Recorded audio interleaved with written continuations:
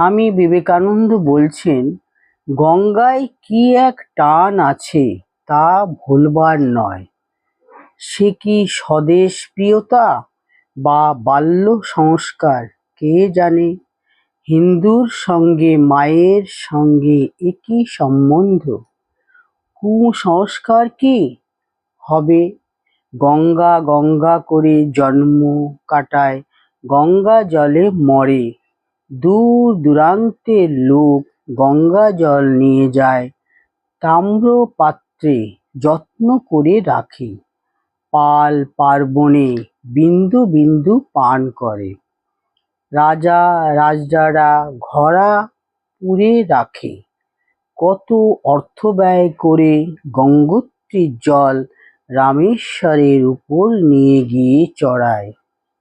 হিন্দু বিদেশ যায়, Rangoon, Java, Hong Kong, Zanzibar, Suez, Aden, মালাটা।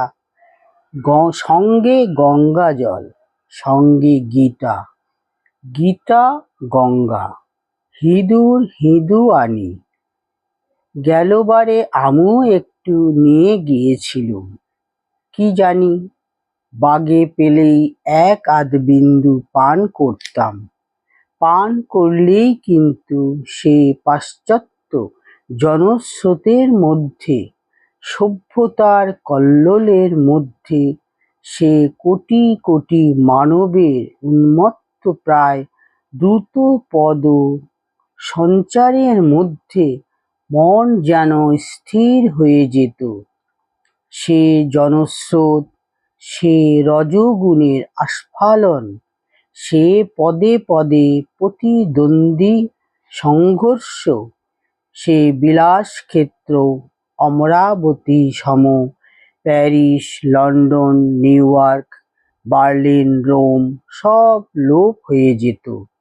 আর শুনতাম সেই হর হর হর, দেখতাম সেই হিমালয় ক্রস্ত বিজন বিপিন আর কল্লোলিনী সুরতরঙ্গিনী যেন হৃদয়ে মস্তকে শিরায় শিরায় সঞ্চার করছেন আর গর্জে গর্জে ডাকছেন হর হর হর।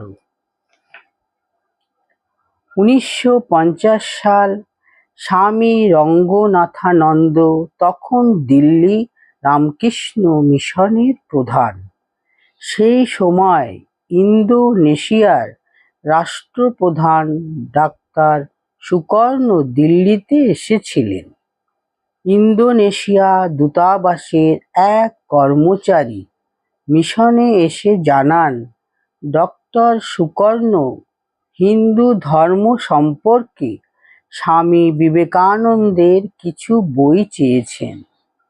রঙ্গনাথানন্দজি বই নিয়ে ডক্টর সুকর্ণের সঙ্গে সাক্ষাৎ করলেন।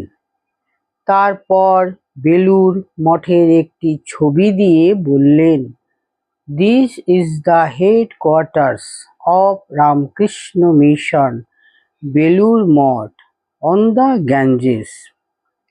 ডক্টর সুকর্ণ বিদেশ থেকে এসেছেন এই ভেবে রঙ্গনাথানন্দজি গ্যাঞ্জেস শব্দটি ব্যবহার করেছিলেন, কিন্তু ডক্টর সুকর্ণ সঙ্গে সঙ্গে বললেন, গ্যাঞ্জেস নয়, বলুন গঙ্গা গঙ্গা।